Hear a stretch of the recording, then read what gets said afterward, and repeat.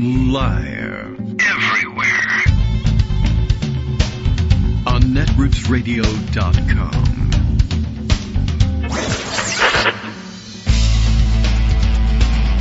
David Waldman.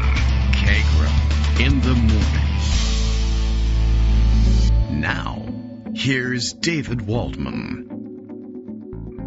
Hey, good morning, everybody. How you doing? It is Thursday, August 1st. Yes, we made it to August 1st, 2024. Time for another show. We've got another month to bring you, and lots of changes this month. I mean, not to the program. We don't care about anything. We're just doing the same thing we've always done, covering the fact that Donald Trump is old and quite weird, ? And now trademark sign, and bringing you the variety of ways in which he demonstrates that each day until, until we are finally rid of him. Wouldn't that be nice?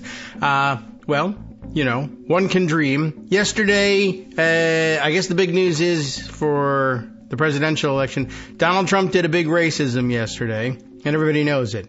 Although people are in the process of fighting with newspapers about the headlines that they put on the stories. And, of course, naturally, we found that there were major newspapers in the country that managed to put the onus somehow on Kamala Harris, that it was a huge problem for her that Donald Trump had done a huge racism. He met with the National Association of Black Journalists yesterday for what was styled an interview, although you cannot do interviews with Donald Trump. This is not a recommendation to you or anything, and I'm not trying to tell you how to do your job. I'm just telling you, you're not going to get an interview out of the time you spend with Donald Trump. You'll ask questions, he'll say words. That format, I mean, he will adhere for the most part to that format, although he then will just talk over you. But I'm somewhat familiar with that. But he'll just talk straight over you and do his usual excuse me, his escalating excuse me if you actually tried to do the same to him. Excuse me, excuse me, excuse me, excuse me. And then there's no excuse for you, but go ahead, sir. What is it you wanted to butt in with? And, there's a natural deference to somebody who has at least once allegedly held the office of the president, etc. You don't want to be seen as bullying, blah, blah, blah. But anyway, the appearance was by most normal people's measure, a disaster. Some people measure the journalistic value of it as a disaster, but I think that's questionable.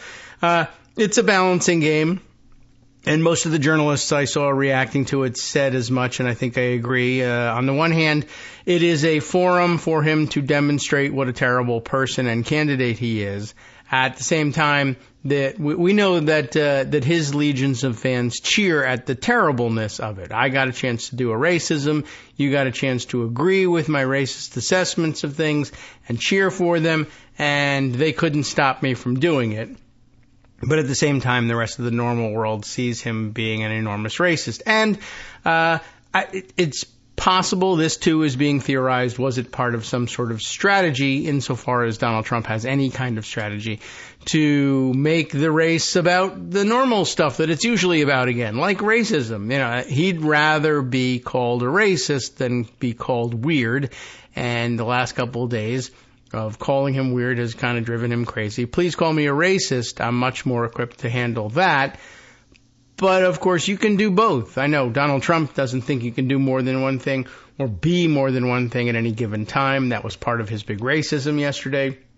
But he can be racist and be old and weird. In fact, his brand of racism is old and quite weird, and you can just feel free to go ahead and say so. But let's see. So his big thing was Kamala Harris, in his view of things, had just turned black, which is not a thing that happens, but he was insisting that he's known her for a long time. He is not. And that she has always been just Indian. I like that one, too. Just Indian. Just an Indian. That also not true. And everybody knows it, and that's the old and quite weird part of it. And it's okay to say so. Is it racist? Yes. Is it outrageous? Yes, you bet. Ought he to be condemned for it? Absolutely. But don't lose sight of the fact. If you were having fun with the fact that he was old and quite weird, you can go ahead and say so. What kind of person would say, I thought she was just Indian and she turned black just the other day? That an old and quite weird person. It fits. Don't worry about it. It all works together. And you don't have to be distracted by the outrageousness of his racism. It'll get worse. Don't worry. Believe me, you'll have another opportunity. When you do, remind everybody how weird that is, among other things that were extraordinarily weird about the appearance. Greg Dworkin, whose appearance here this morning, anything but weird, and it never gets old. So good morning, Greg. How you doing? That's weird, and he is old. You know, You have that little girl with the meme underneath. You know, why not both? Because, yes. Sure. He's so racist clear. and he's weird, and there's no question about it. However, I want to start with something else with the breaking news. Breaking news. Yeah. Right. Did you hear the breaking news? I don't know. Maybe. If I did, Prisoner exchange. It's already broke. Yes. Okay. That one. Yes. There's nothing broken about that. BFD. Yeah, it is. And this was one of those prisoners that Donald Trump promised everybody that only he could get free from Russia. Yeah, and so what happened is Putin woke up, saw that Harris is now the leading candidate to win by a point or two, and said, oh, what's the point? So decided there were no longer any benefit to holding on for Donald Trump. In fact, he'd rather give Biden the win than a black woman. So, you know, things are happening. That's my interpretation. That could very well be it. He also, not as old as Donald Trump, but pretty old. He weird. follows predicted just like the rest of us. So, is predicted predictive? Of course not. But, you know, the point is the vibes in terms of what's going on. So here's the deal. Right. And this is what makes it so interesting. When Brittany Griner was released, we gave Russia an arms dealer that we had. I think his name is Victor Boot, but I don't quite remember. Oh. Okay. Always getting confused with Max Boot, who's a completely different character. Das Boot. Great movie, but not a... That was the last Russian we had that they wanted. Oh. So in order to exchange for Evan Gerskovich, the Wall Street Journal reporter, and Paul Whelan, who is the Marine that's been held there for just about 5 years, we needed to give Russia somebody they wanted. We didn't have them. Like a first baseman, like that sort of deal? Yeah, and a player to be named later. Yeah. You know, so as well as 3 draft choices and cash, you know, but the point is that wasn't enough. They wanted somebody who could play right away. Okay. We didn't have them. Yeah. You know who had them? No. Germany. Germany had a guy whose name I forget, starts with a K and sounds like Kalashnikov, but I can't remember. Oh. And this guy was an assassin. Wow. And Germany didn't want to give him up. I can see why. He's an assassin. Joe Biden, the guy who the Republicans are saying step down because he can't be president because he's not running. Yeah, right. He's too tired. Arranged other countries to, in effect, give up their prized prisoners, multi-person swaps. So somebody else is coming from somewhere else, and we don't have any names yet. We don't even have confirmation of this because the reporters, an honest reporter told us, we know who it is, but we're embargoed until it happens. Okay. So the point is, Biden had to convince these other countries, including Germany, that they had to give up their Russian prisoners that they wanted, that they caught, that they have in jail for their reasons in order to free Americans. And let's just say that's not easy.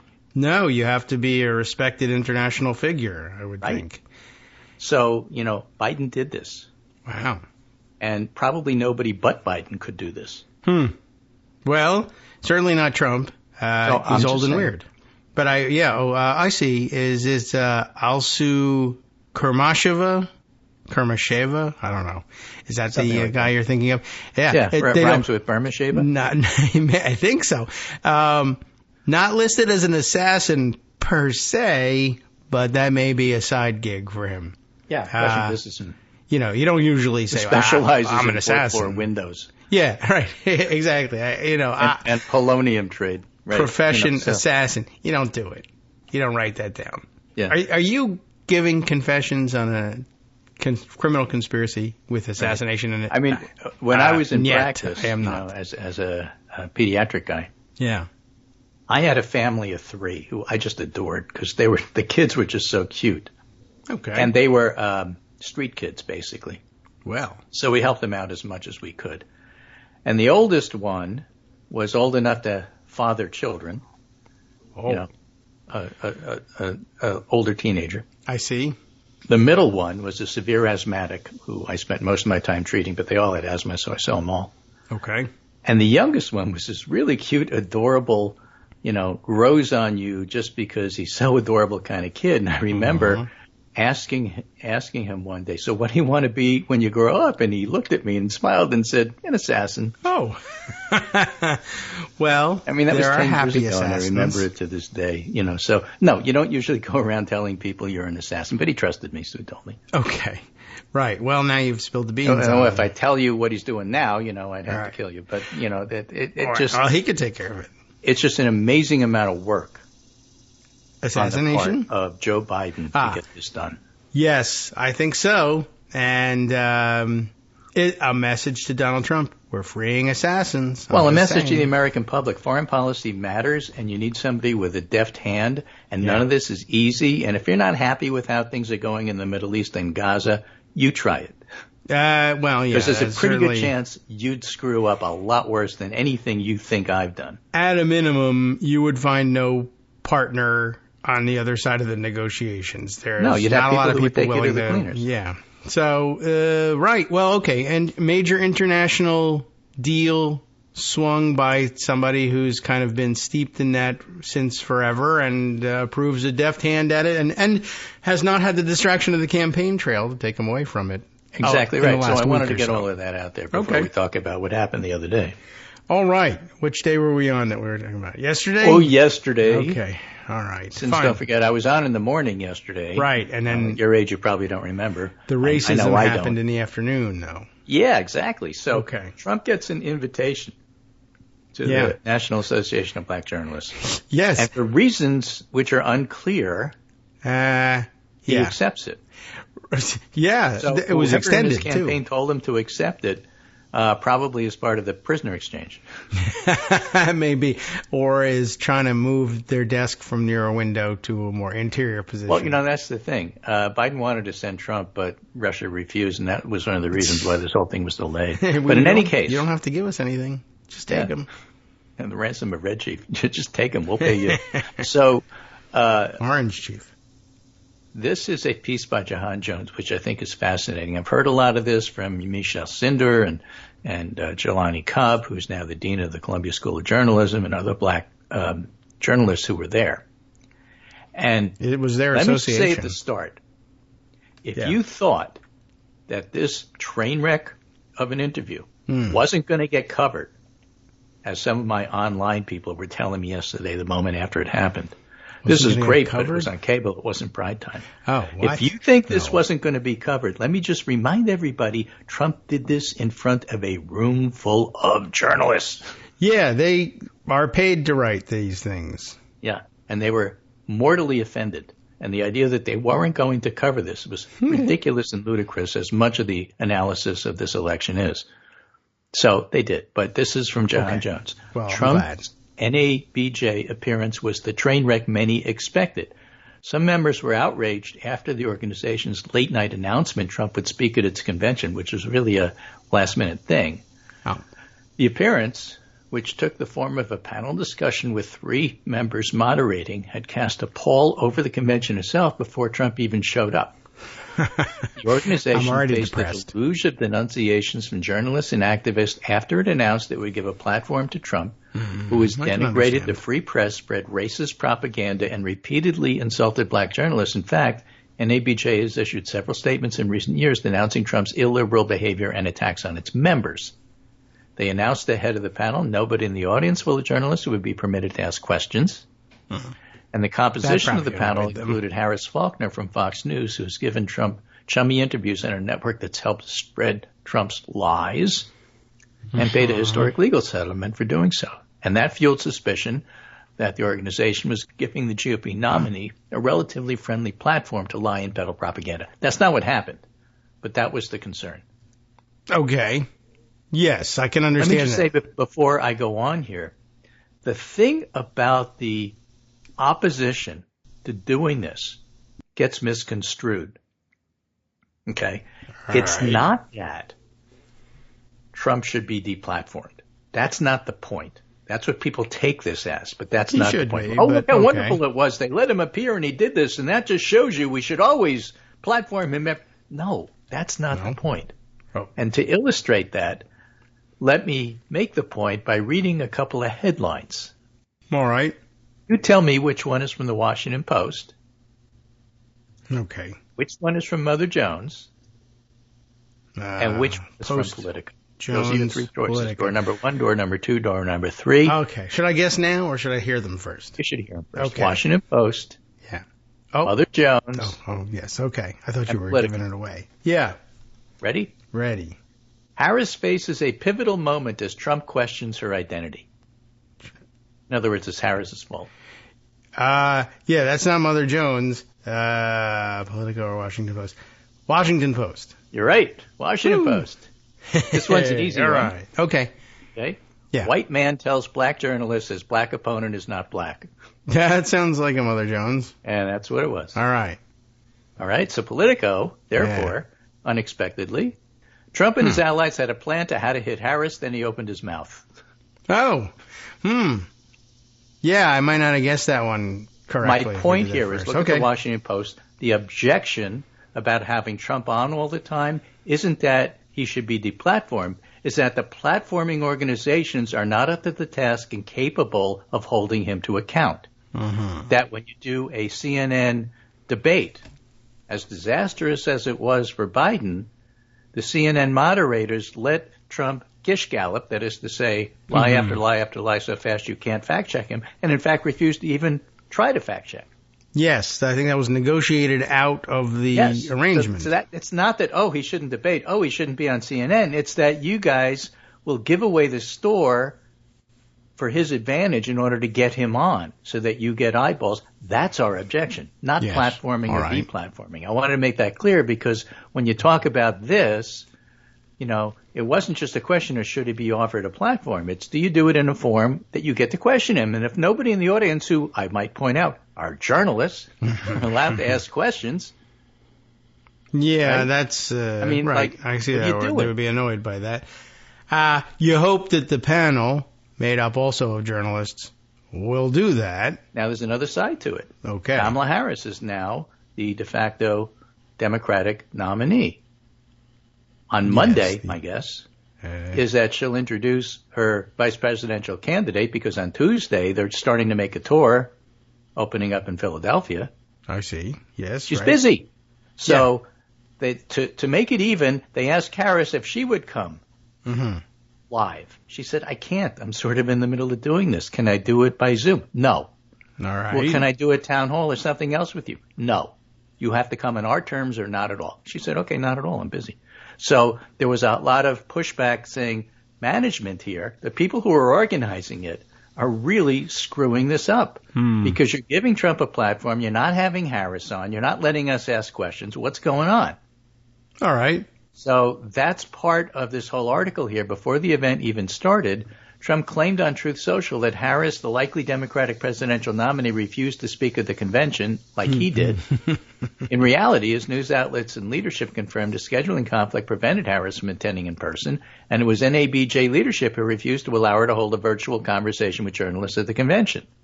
Now, because of the pushback, NABJ announced that it's in talks to hold a Q&A virtually or in person in September for her. Okay. They weren't going to do that. So there was a lot of criticism before it even started for that. Now, when it came to the event itself, what many people predicted would be a train wreck lived up to the expectations. Though NABJ leadership assured critics Trump would be fact-checked live on social media, PolitiFact feed tasked with doing so didn't catch all of the lies, and the panelists didn't catch all of them in real time either. And basically, you can't have a situation where Trump lies on TV and then some other site that nobody looks at answers the lies with truth. I mean, it just doesn't work that way.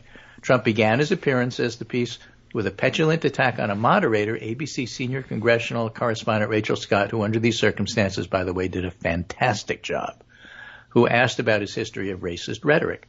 She started by giving him his own quotes, and he said, "You're being rude and nasty." And she said, "Sir, I'm just telling you what you said." Yes. And that was the tenor of the entire thing. I don't know if you saw it. I did see some of it. I don't think I've ever been asked a question in such a horrible manner, he said. You don't even say, "Hello, how are you? Are you with ABC?" Because I think they're a fake news network, a terrible network, and I think it's disgraceful. Mm-hmm. He went on to claim he's done so much for black people, better than Lincoln. Right, yes. And then had glowing things to say about Faulkner, Harris Faulkner, whom he described as a fantastic person. Then came the litany of lies. Trump lied and said Harris happened to turn black a number of years ago. Harris, of course, is an HBCU-educated black woman, a soror, who, from the oldest sorority, black sorority, part of the Incorporated, who's known she was black since she was a child, but Trump claims aligned with right-wing disinformation, claiming Harris isn't truly black. And so basically, in a nutshell, he goes back to his 2016 roots. We'll talk about why. His 2012 roots when he said Obama isn't really an American, because that's all he has. He's under stress and he's losing it. So he lied, as he did during the presidential debate last month and several times since, about an invasion of immigrants from jails and mental institutions taking black jobs. Right, yes. He did, in fact, go that so line. one of the questions is, what do you mean black jobs? He said, well, a job. I just threw black in there because it's the association. No, you black people, you people.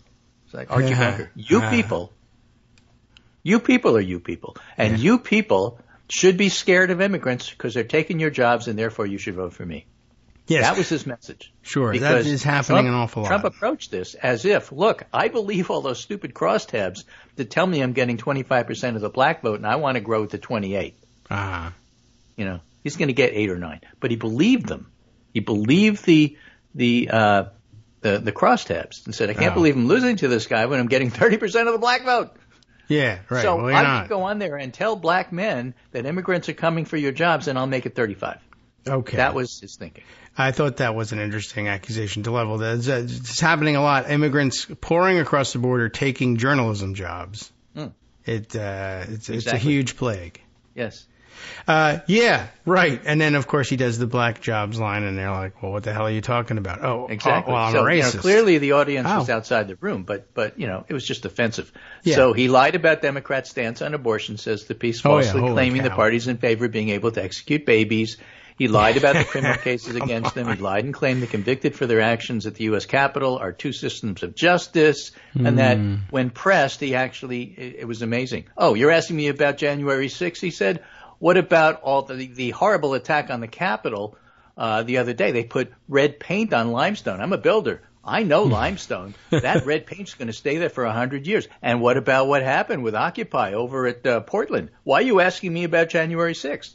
Yeah, why? The reporter said, I'm asking you about January 6th. You said you were going to pardon those people. Are you? Yeah, well, if they're innocent. Oh, yeah. Yeah, I'll pardon them. Well, no. So he got pardon them if they're guilty. Yeah, all right, wonderful. That was part of his agenda as well. That, by the way, pardoning rioters is quite weird. Right. So then he goes on to say, this highlighted some of the broader internal debates that have raged within the organization. As the Columbia Journalism Review wrote in 2018, NABJ has faced divisions over shifting paradigms in journalism, pitting some older members and other traditionalists like the Washington Post against younger journalists attuned to the fast pace of new media, like Mother Jones. Yeah. And you saw that in those headlines. That rift was at play ahead of the event, with some supporters of the panel arguing the tradition of inviting presidential candidates justified inviting Trump, and critics of the panel arguing Trump's tendency to lie with abandon warranted a departure from the norm. I'm with the latter group, he writes. It's fair for NABJ leadership to have suggested there are lingering questions about what a second Trump term might look like, but the group never adequately explained why Trump, serial liar who has targeted its members, was best suited to answer them, let alone given the opportunity to do so without better guardrails in place. I think it's a wonderful summary of what happened. Yeah. And what happened was awful, as you can see from those headlines. Yeah. And I think they knew right away, well, we're going to get racism out of him. And I guess the balancing act was, will we help things by demonstrating how clearly outside the bounds of normalcy he is, even if we all don't get to ask questions. Right, and you got that from the commentators, the traditionalists saying, see, we told you he should be platformed. And just because Rachel Scott was excellent doesn't mean he should have been platformed. Yeah, well, it is a little bit weird too. I mean, I don't know how you handle the logistics of the event, but it's kind of a. I mean, there's no way you could do this in a way that's actually fair to truth. Yeah, well, that's certainly the case. And I was just thinking of the idea of the audience being able to ask questions, and I understand it's a unique situation. They're all journalists, and. Well, I mean, I guess you can probably anticipate they're going to ask their questions in relatively concise form. Everywhere else, I have more of a comment than a question. Oh, no. Yeah, exactly. But, that's obviously, having been to academic conferences, that's the first thing I thought. I'm going to stand up there and say, well, I have more of a comment than a question. Shut up and sit down. So the journalists could probably handle that, but it's a room full of journalists. Everybody's going to want to ask. I don't know how you decide. Yeah. You could flip coins. You could draw lots. No, you just haven't shouted him at the same time. I guess that's true. There were people shouting at him in the audience anyway. They were. Look, I heard Angelani Cobb just talk about how upset people were about his responses. I can imagine. I also thought it was kind of interesting. I did watch a piece of it because it was available streaming, and somebody was on the social media saying, oh, my God, you got to see this thing. And it was interesting as he was talking about, they're coming in there, the immigrants, they're pouring across the border and they're taking black jobs, and they challenge him on what black jobs means, but then what does he say? This ought to be of concern to you. He says, I notice many of the journalists in the room today are black. It's the Association of Black Journalists. Hello. All I can say is I'm glad Chuck Todd is retired and we didn't get, and it just might work. Yeah, all right. Yeah, well, it was a bit of a fiasco. He yelled at everybody and said how mean and nasty and rotten they were. Reaction after the break. Okay, and they produced what they thought they were going to produce. Well, and now we all say he's old and weird. Hi, everybody. It's me, David Waldman. Yes, the same guy who interrupts you all the time. Interrupting you one more time just to tell you again, another reminder that your contributions are what keep this show on the air, and Patreon.com, Patreon.com, is still among the easiest ways to make the sustaining subscription donations that keep us afloat. Are you ready for the pep talk about how our Patreon campaign is still going strong and growing? Well, too bad. Yeah, the plain fact is we actually are headed in the wrong direction, and whereas we once had about 175 monthly patrons, we're now actually down below 150. Time to recruit some more. Not exactly the kind of news I wanted to share, but there it is. For those of you in a position to support the show, Patreon.com does make it easy to make those secure, recurring monthly contributions to do so. Patreon.com/KagroX gets you straight to our donation page. We've been through a lot together. The worst of the pandemic, we hope. The worst of the insurrection, we hope. So go ahead and treat yourself. You don't need an excuse. Give yourself the gift of a little something you enjoy in life. Support the show. And of course, if you happen to prefer using PayPal or even the Square Cash app, we're up and running on those options too. So thanks again, everyone, for all your support. We couldn't, or at least shouldn't, do it without you. Hope you'll be on board soon too. Thanks for all your support. All right, welcome back now to the Kagro in the Morning Show here on Netroots Radio. We have more to say about the racism fiasco of yesterday. Mighty OCD, by the way, letting us know via social media that the first 10 minutes of ABC's podcast, daily podcast, I guess, the podcast is Start Here. There you go, plug for them, is a first-person account from Rachel Scott about the panel yesterday. I don't know that I have that's the opportunity to play that out, but something everybody maybe wants to pop over. What's the name of the podcast? It's called Start Here, and I don't know if you're going to be able to remember the name of the network that did it, but it is ABC. So very simple to remember. I think first three letters of the alphabet. Fake news, but the other day, try it out. Just the other day, sometime this week, we were talking online, that is to say on Twitter, chatting about. Josh Shapiro, right, and Tim Wirtz, and Mark Kelly, and Roy Cooper and Alice Cooper. Anybody else you could think of that's on that list, Andy Bashir. These are all excellent choices.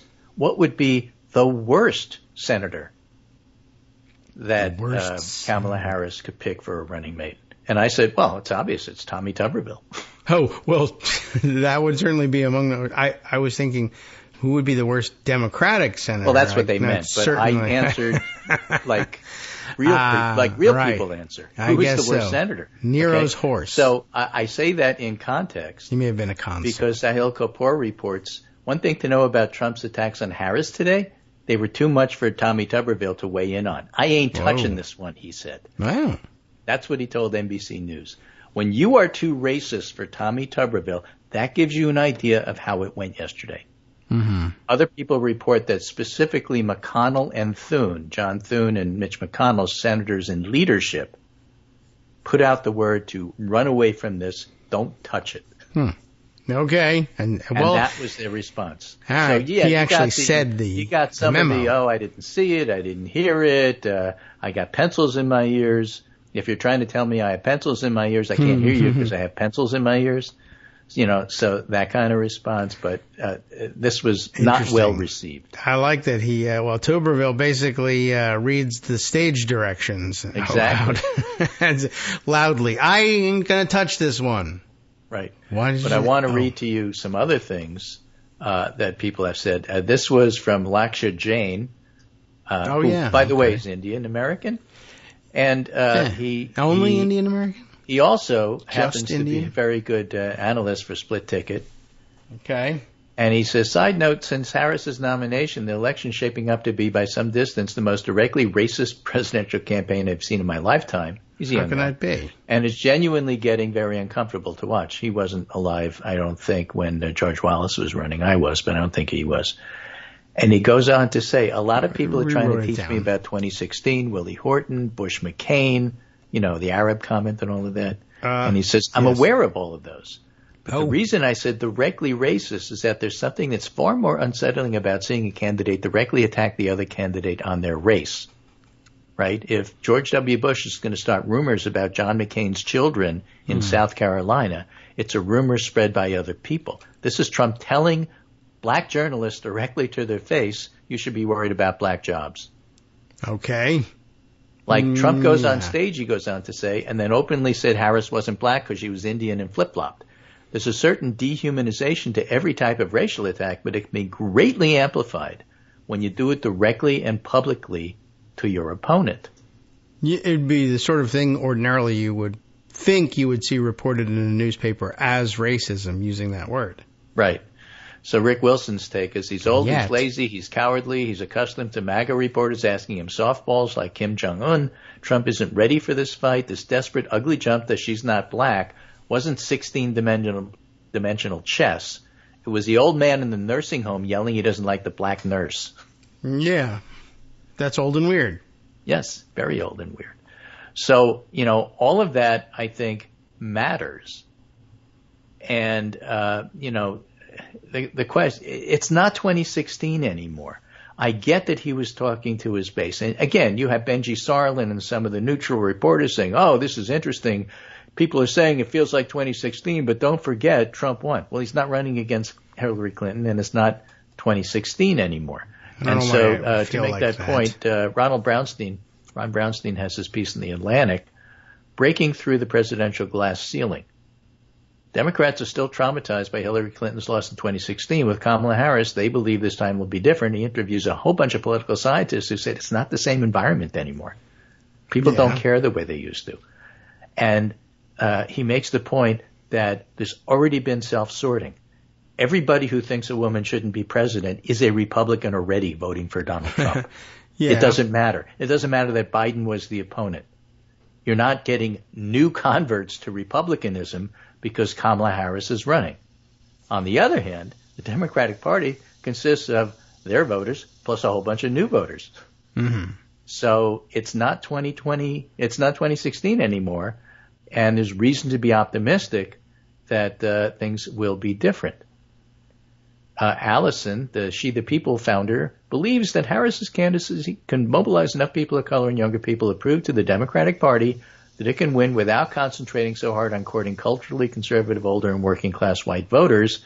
The old playbook, she told me, let's bank on the more moderate voter as the center of our campaign. Let's have events and messaging that they will appreciate and focus on older white voters. We have to be thinking differently. Whether that's true, whether that's not true, remains to be seen, but that's going to be reflected. You know, how does Harris think about this? How does Kamala think about this? You'll see when she picks her vice presidential candidate. Oh, yes. That's how you'll know. True. So let me give you 2 articles here. Oh, no. And I don't remember whether I gave them to you already. That's quite weird. So, there's one. I gave you one of them. I'm going to give you the other. The thing I wanted to throw in before I forget, there's also one other sort of piece that was kind of interesting, and that's Trump throwing Project 2025 under the bus. Okay. Yes, right. Okay. And I don't know how much we talked about that. I think we talked about that a little bit. But here is a really unique view of this from, of all people, Anthony Scaramucci. Oh, all right. Well, he's there. He's got contacts. You know, that's why it's interesting to hear these people. Brief explanation of Trump world for those who have never personally experienced it. Oh, Project 2025. They are furious, backstabbed by transactional Trump. They all went to work there knowing that he was fully throated in his support for them, and now, like everything else in his life, it's no longer working for him, so he's backing up the bus on them. Yeah. They feel betrayed. And, of course, Trump is deploying his go-to line. I barely knew these people, but they were all loyal, long-standing supporters and employees of his. Everybody thought working on Project 2025 would put them on fast track to do a job in the administration. Now, anybody who officially worked on it is toxic. No. And, by the way, he's not going to win. That's a problem. So, 2 problems there. So they are not happy. Well, good. I'm glad to hear that they're unhappy because it might make them less effective. Well, it makes me workers. happy. So I'm just happy to tell you that they're not happy. Yeah. I mean, I'm glad to hear that. They're terrible people, but there's not too much stock to be put in anything Trump says ever. Or Scaramucci, bitch. Well, that's true, too. It's a good point. But, I mean, it may not be true that they're all upset or that they all believe that they're on the outs with Trump because they may know as well as he does that he's transactional and so are they, and this is a thing that he has to do. But if we win, they'll make me whatever the hell stupid job it was they were going for. This idea of, I think they got somebody to step down from their position at Heritage Foundation, which was an extraordinary thing just in the sense that, if there's nothing to do with, if Trump has nothing to do with Project 2025, why would Heritage push out a Project 2025 person at his behest?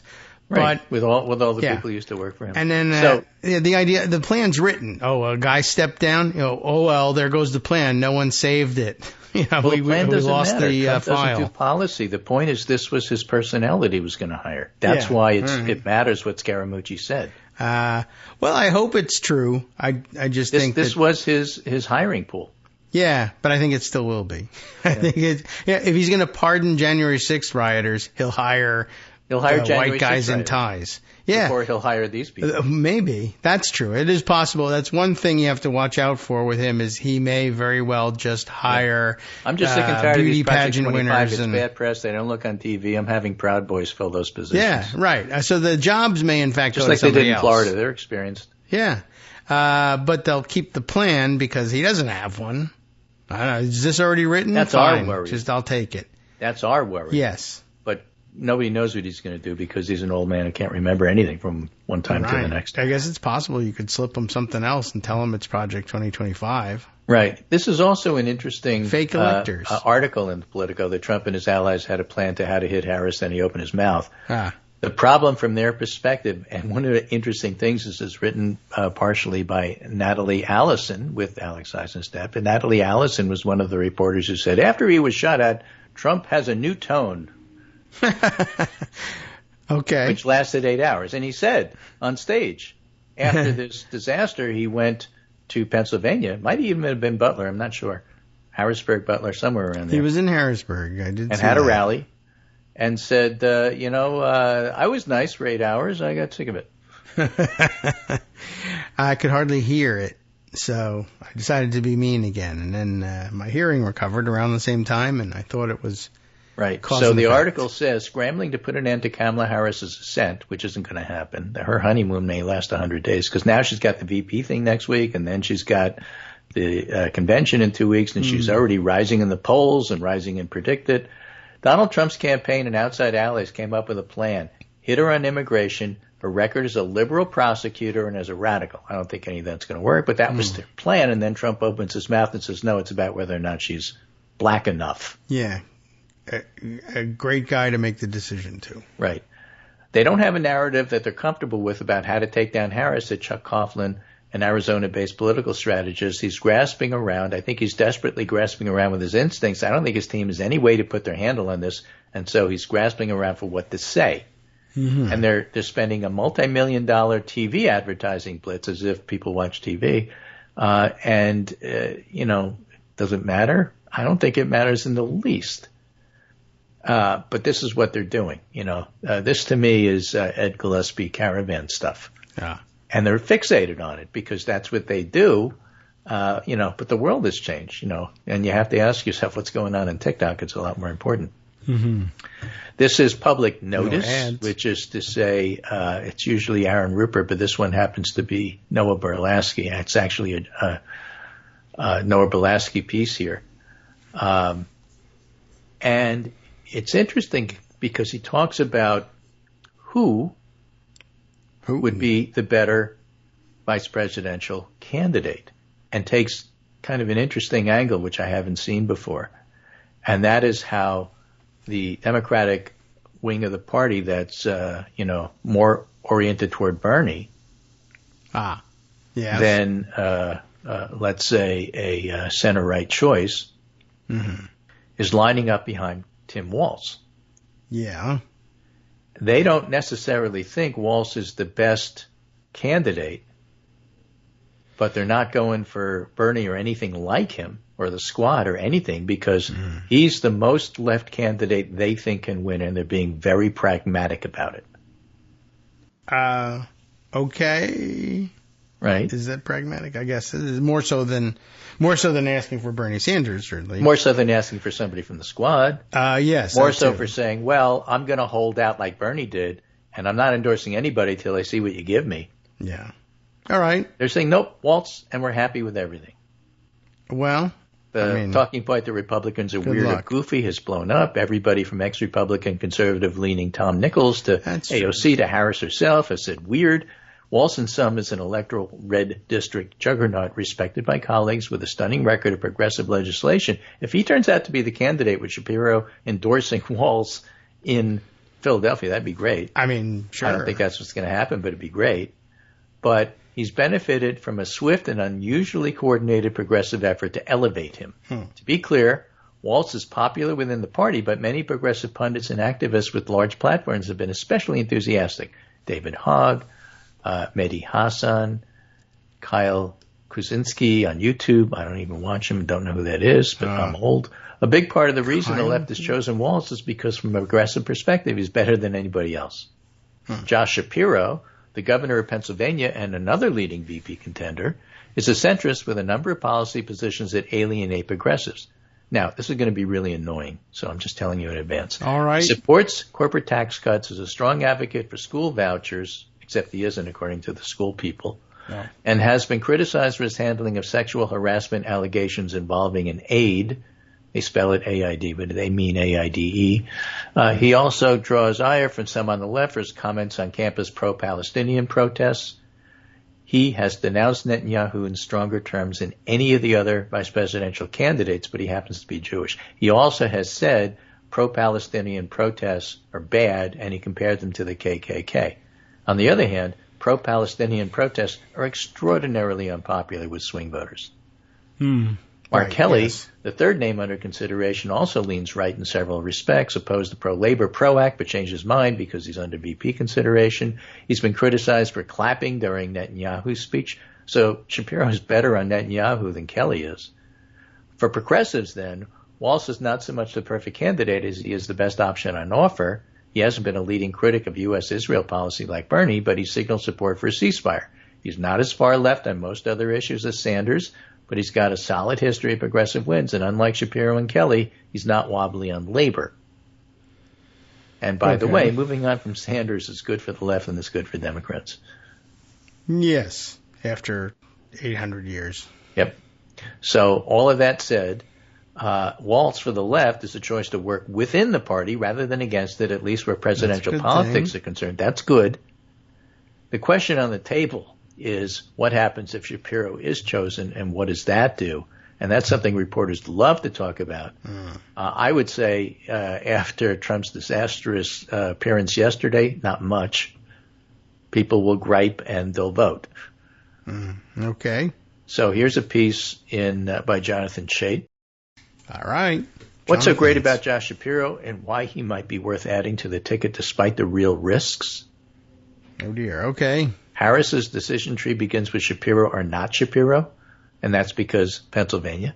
Before even considering anybody else, she has to calculate whether the unique advantages of bringing him outweighs downside. I think they probably do, but the concerns are valid and they deserve to be taken seriously. So this small concern, school voucher plan. Not all voucher plans are created equal, but in general, the evidence suggests vouchers do not improve educational output. The main reason is that private schools can decide which students to admit.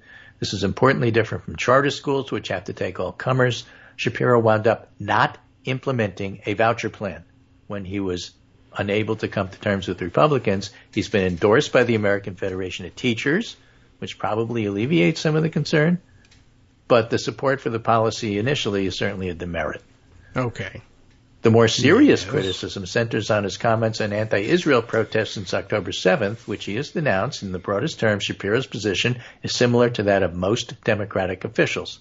Defends the right to free speech, condemning anti-Semitism, and he has a conventionally democratic view of the Middle East. He supports two-state solution, endorses Israel's right to self-defense, and condemns Netanyahu as a dangerous and destructive leader. Because Shapiro's underlying position is so conventional, some Jewish analysts have argued the disproportionate backlash he's faced in comparison to others who hold similar positions is anti-Semitic. That accusation of a double standard seems a bit unfair because it overlooks the unusually strong tenor of Shapiro's statements. However, as I will always point out to you, I don't see these people protesting Republicans, so I don't want to hear about it. Okay. Yes. The most inflammatory comment he made occurred during a CNN interview in April when he drew a comparison between anti-Israel protesters and the KKK. Shapiro was not drawing a moral comparison. He was arguing that universities have a duty to enforce their rules about use of campus grounds. A group can't simply seize common space. Shapiro's analogy was designed to highlight the absurdity of schools allowing their rules to be broken. University administrators wouldn't permit openly racist groups to violate the laws. Why should they allow this? A somewhat greater concern for me is Shapiro called for the resignation of Liz McGill, University of Pennsylvania president, over her performance at congressional hearings on campus anti-Semitism. As argued at the time, it was ridiculous. They were asked about policing calls for genocide. Of course, they were all lawyered up and they were all horrible. Yes. So I think the MIT one is the only one that's still there, if I recall correctly, but I'm not even sure, so you can check me on that. They evaded the question and insisted it would depend on specifics, making them sound cold-hearted. They gave a Mike Dukakis response, and they didn't answer the question that was really being asked, which is, what do you think about all of this? But the Republicans were trying to force them to commit to censoring anti-Israel speech, and they correctly withstood it. Shapiro jumped on the bandwagon, and that's not good. But how serious is this concern? Probably true that some number of left-wing people who care a great deal about the Middle East and currently plan to vote for Harris might abstain if it's Shapiro, but I think that number is extremely tiny. Yeah. A more important risk is the left wing has a disproportionate voice in media, including on social media. Since Joe Biden stepped down, TikTok has shifted from pro-Trump to pro-Harris, and you don't want to sour that. But what would actually happen? Would it even matter? Nobody knows. That's and they true. have to be measured against the benefits of a Shapiro nomination, and I think these are much larger than most people appreciate. Shapiro ran 14 points ahead of Biden in Pennsylvania. That's a lot of points. He was running against an election-denying crackpot, but so was Mark Kelly, who only ran 5 points ahead of the Biden level. Well, everybody's running against it. right? Election In office, he crackpot. has actually expanded his support level. A recent poll pegged his approval rating at plus 29. Wow. That's an incredible level of support to compile in a purple state. And he's also a great communicator. And so even though Corey Campentori, the person who was shot at the Trump rally, spoke with Shapiro, she refused to take a call from Biden. Yes. Okay. It doesn't say anything bad about Biden, No. but it tells you something about Shapiro. I guess, or that she doesn't know who she's talking to. Possibly. Oh, she does. It's Pennsylvania. All right. You know, so Walsh's stick maybe about Republicans being weird is fun. It's going to stick anyway, by the way. It's going to go on way beyond Walsh. And Walsh will still be available as a surrogate for the next 100 days. But there's more value in the ability to empathize with and appeal to Republican voters in mocking their leaders. That benefit comes with a side of upsetting leftists and even liberals like me, but that's just the cost of winning moderate and conservative support. So remember what I said about Walsh. There are people who think that getting new people, younger people, people of color is the way to go, and this is the more traditional argument that, you know, in a purple state, you got to win Pennsylvania. Yeah. You got to at least hold down the margins there. Traditional, political thinking. And I'll add something that he doesn't even mention here. All right. When I-95 caught fire and was ruined, Shapiro had that road up and running in a week. You know about Virginia transit. Right. Do not underestimate how popular that made Shapiro in Pennsylvania. And we're talking about winning Pennsylvania as why you pick him. Yeah. All right. I mean, yes, that would work pretty well. And as you were saying, talking about the shift toward younger candidates, he is younger. I assume he's younger than Walz. He looks younger than Walz. So there is that. Yep. So we're not going back. We're going to the future. Walz is not that old. You have the moderate who reassures swing voters that she's not a San Francisco liberal. And by the way, that's not even the issue anymore. It's been taken off the table thanks to Donald Trump. Yeah. That's D-O-N, capital O, capital L, capital D. That's Don Old Trump. Yeah, right. Who, again, looked tired and out of place and a fish out of water. I'm tired. And, again, going back to this, you have to step back and look at the big picture. This has been an incredible 10 days. 10 days. 10 years is how it feels. 10 centuries for Kamala Harris. Yeah. She's dominating. Yeah. She's overtaken the Democratic gap. Yes. In all of the polls, including the swing states, but especially, in national polling, where she's basically 1 or 2 points ahead. So as a technical point, don't tell me the polls are narrowing. They're not. She's already ahead. Okay. You only say they're narrowing as if in your mind you still have this image that Trump's going to win or that he is winning. He's not winning. This is a tie race right now. That's without the vice president. That's without the DNC. She's going to be leading for the month of August. That's why Tony Fabrizio, the pollster for Trump, sent a memo to Republicans saying, prepare for the fact that Harris is going to be ahead.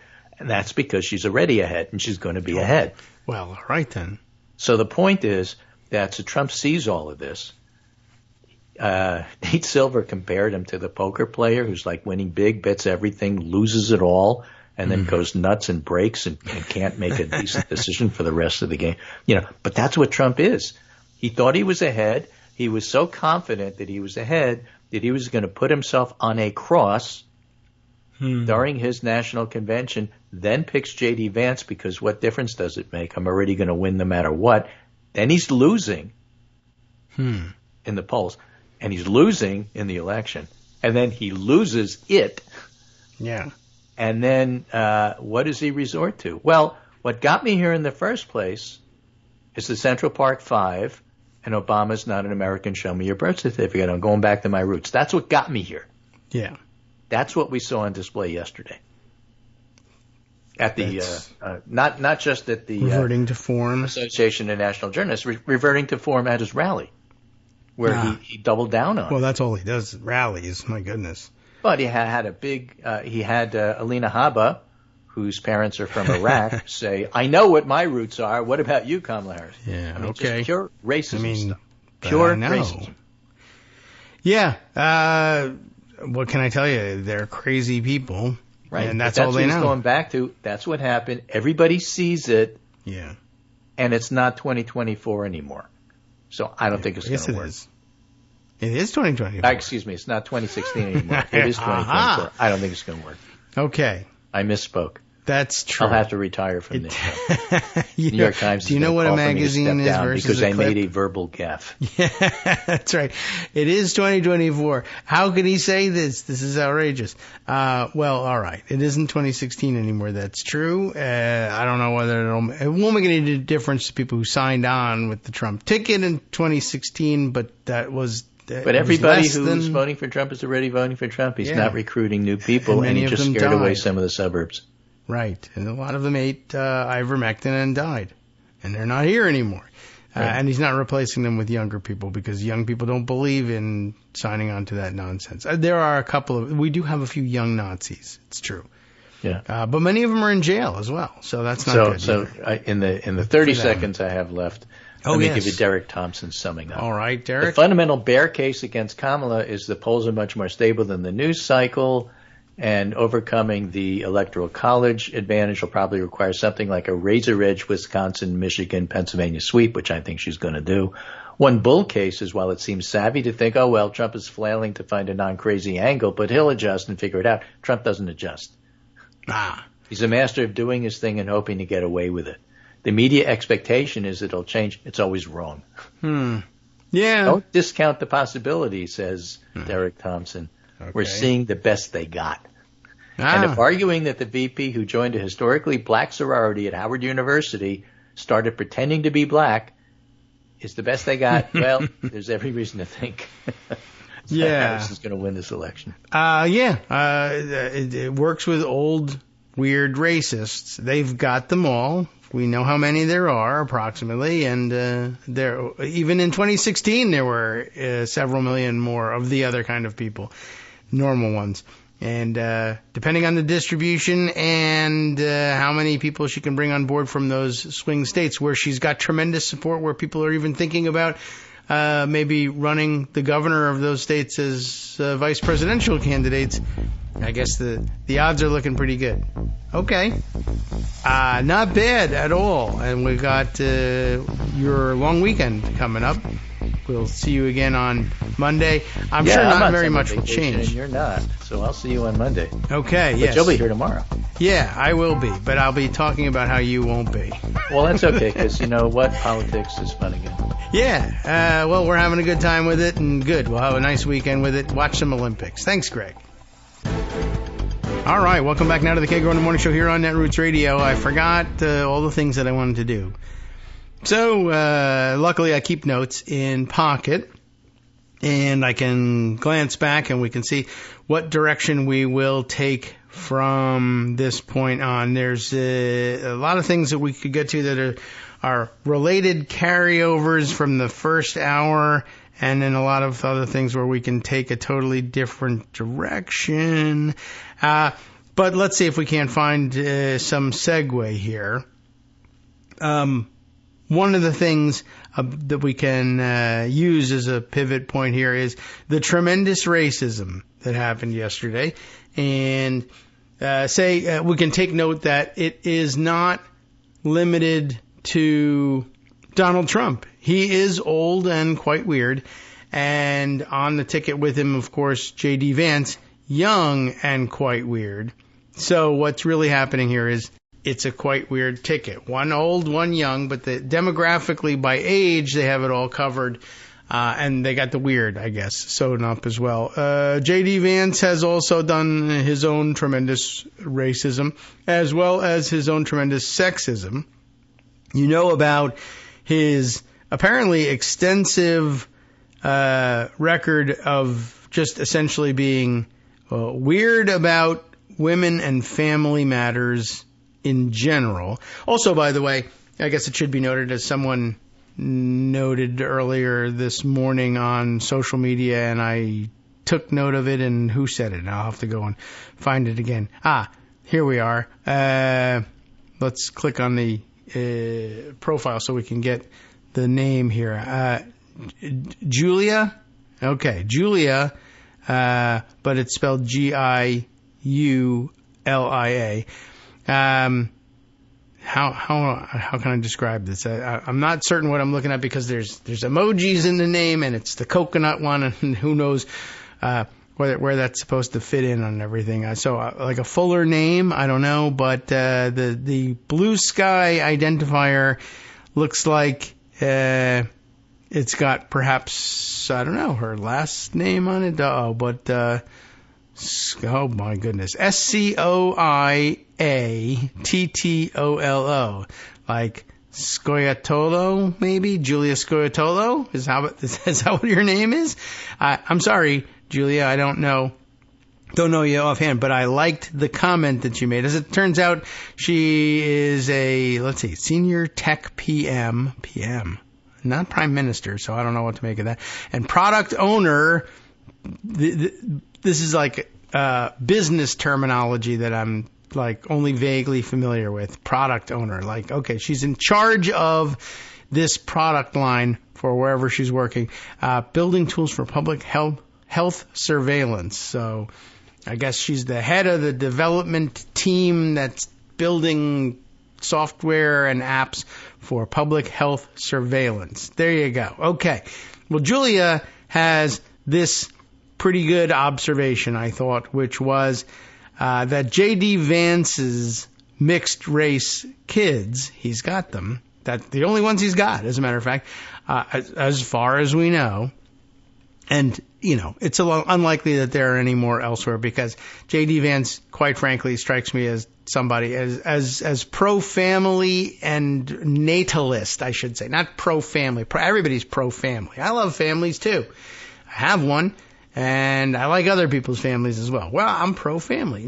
That's the euphemistic term that he will use, pro-family. But he's natalist. Like those weirdos that got profiled by, was it the New York Times magazine or whatever, who are like, well, we're going to have a bazillion kids and everybody should do it just the way we do. Although, honestly, they only have 3 kids at the moment, and that's not actually particularly spectacular. Even they've got a 4th on the way.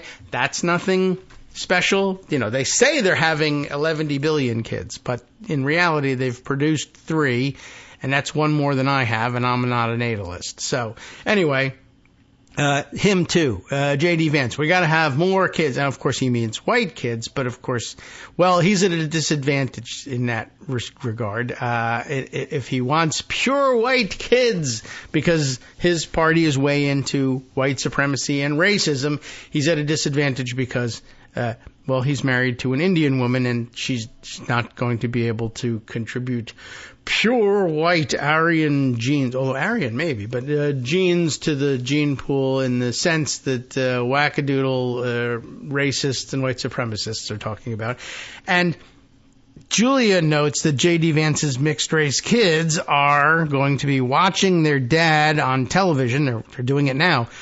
And they're watching their dad go on television and pretend that he doesn't understand how it's possible for someone to be 2 races at once. The man, the God, Donald Trump, has said, she's just Indian. She can't turn black. It's not right. Well, how can you be more than one race at any given time? Well, my children are, but he's going to have to lie and say he doesn't understand it right in front of them. And that's really sad. In addition to being a weird couch effer, he's a really crappy, we'll say, dad. Yeah, good point, Julia. I think you got it right there. And, I should open this up in a way that makes it possible for me to mark it for inclusion in today's summary so you can all follow Julia if you enjoy her comment. Yeah, it's really true. I was going to say there was another thread in that line of thought there that J.D. Vance strikes me as the kind of person, as, natalist as he is, but as verbal and mouthy as he is about how bad it is for women in particular to be childless, as he says it. It strikes me as the kind of guy who still can't get over the fact that he's managed to have children, that he's found a partner in life and has been able to procreate. And now he's so super proud of himself that he can't shut up about it. I don't know that it would happen again. So he's not got the Donald Trump problem where he's got children with multiple women. There's no multiple women in the couch effer's life. I don't think. So, anyway, maybe you'll shock me and you'll be having an extramarital affair somewhere else and we'll find out about it and condemn you rightly for that as well. All right. So let's see. Not so much for that as for your being a moral scold, but going ahead and being a libertine in your private life anyway. That'll be the issue. All right. So I mentioned that there was some segue in all of this. I don't know what the hell it is, but I can tell you that J.D. Vance has been an annoying and disgusting person for quite some time, and we can add some context to that. First of all, in case you need me to somehow back up, I think you got it.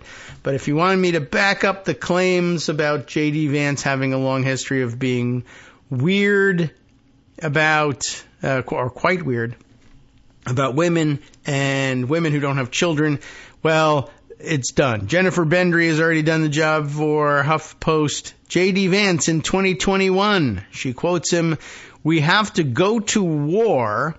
That's the quote. Who are we going to war with? Against, well, not with, but against. We have to go to war against the idea that women don't have to have kids. That's what we need to be at war against.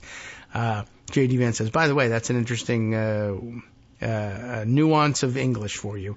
Trying to teach idiomatic English to non-English speakers, non-first language native English speakers. Yeah, you can be at war with and at war against the same idea, people, nation, what have you, and it still means the same thing. I don't understand. With, or are you with me or are you against me? You say. Those are the opposites, right? We're at war with Germany. Yes. We're at war against Germany. Yes. I mean, if you're in the World War II context. Right now, we're not. It's working pretty good. But yeah, that's sort of interesting. How do I explain it? Well, you see, in this sense, with Germany, well, okay, but really weren't you at war against Germany with, say, Britain, France, Russia? Isn't that how it worked in World War II? Yes. I mean, we were with them at the time, but we weren't at war with them. We were in an alliance with them. Oh, my God. I don't know what you're talking about. Well, I'm sure every language has its own weird way of putting it, but I don't know. That one struck me. Anyway, we have to go to war against the idea that women don't have to have kids. You're going to be a sad, lonely, pathetic person, is the other J.D. Vance quote, if you support women prioritizing their careers over making babies, said Trump's vice presidential pick. Let's clear that up. That's the subheader. That doesn't give us all of the... what the hell are we? The whole context. That's the word we're looking for. Donald Trump's vice presidential pick, J.D. Vance, said in 2021 that we have to go to war against the idea that women can decide not to have children, suggesting that someone who focuses on building their career instead of making babies will be a sad, lonely, pathetic person. His wife, by the way, had something of a tremendous legal career ahead of her and still does, I guess, but you know how it is. This is the same sort of hypocrisy we were just talking about, like where if he were in fact a personal libertine while preaching family values, we would say that's hypocritical and we don't like you because of it. Similarly, everybody has to be a tradwife, except my wife, who, if I tried to impose that on her, would probably kick my head in. But privately, I'll allow that, but publicly I say the opposite. And she's signed on for the agenda because she's just as hypocritical as he is. Oh, the lawnmowers have arrived today. I don't have enough audio effect tricks available to me to get rid of the lawnmower on my end. Even with my fantastic new editor working on the problem. All right, well, we'll just go right over it because everybody needs their lawn mowed from time to time. In an interview with The Federalist, which is probably one of the worst places to have an interview, in May of 2021, Vance was asked what he thinks conservatives can do to encourage Americans to have more kids. He suggested cultural messaging is the key. To be a little stark about this, because he's quite an edgelord, I think we have to go to war against the anti-child ideology that exists in our country. It doesn't, said Vance, who is currently the Republican senator from Ohio. Sorry, Ohio. It's your own fault, but there you go. Though he generally didn't specify the gender of the childless people he was criticizing, I guess. The context of his remarks made it seem as he was primarily speaking to women, which is, I'm sure, odd for him because primarily he probably doesn't speak to women, generally speaking, and was surprised he ever talked to one in the first place. Citing a conversation that had recently unfolded on Twitter, Vance described a, quote, ridiculous effort by millennial feminist writers, all of them, every single one, to talk about why there are good reasons not to have children and how some of them were glad they didn't have kids, and even to encourage people who had children to talk about why they regretted having children. I don't even know if that's really true. It doesn't have to be true for him to say it, of course, and most people, don't engage in that sort of conversation. And even radical millennial feminist writers are not going to be able to convince people who have children to say, I wish I didn't. They suck. I can't stand them. That's not going to happen. He ripped these unnamed mediocre millennial journalists, which is easy because they're not real people necessarily, and suggested that if they're advocating for women to focus on advancing their careers over making babies, they are, quote, pathetic. They're probably just saying, I've found it's worked for me and it's okay. And if you wanted to try it, you'd be well justified in doing so too. I don't know. I mean, I don't know everybody, but I've not run into anybody saying, if you have not had kids, don't. And if you do, get rid of them because my lifestyle is so awesome, you need to adopt it too. I just don't know any such people. But like I said, when I said they don't exist, I mean he's made up a straw, in this case, straw women to set up and fight against. Not enough people, he goes on to say, have accepted that if they put their entire life's meaning into their credentials, where they went to school, which is, of course, what he did, into what kind of job they have, if you put all of your life meaning into that, you're going to be the sort of person who asks women to talk about how they regret having children. I'm not certain why that is, but he thinks so. His whole shtick, of course, is, well, I'm from Appalachia. And yet I went to Yale or Yale Law School or both. And I am very intelligent. And, but I mean, that's his whole shtick. See, there's my credentials for you. That's how you know I'm a genius. Why are you denying that ability to anybody else? I don't know. Anyway, he added, you're going to be a sad, lonely, pathetic person, and you're going to know it internally, which is kind of where he is. The GOP vice presidential nominee went on to say that people who have had children have actually built something more meaningful with their lives, and that is why we have to go to war, no, it doesn't follow, against that ideology and people behind it. Yes, that's why we need to go to war. Somebody told me that they feel that having kids means they've actually built something meaningful with their lives. Time for war. I don't get what you mean. Vance brought up his sister. There you go. He's got a sister, and she has had a certain experience. So that's it for humanity. Everybody needs to have Lindsay Lewis Ratliff's experience, apparently. That's his sister.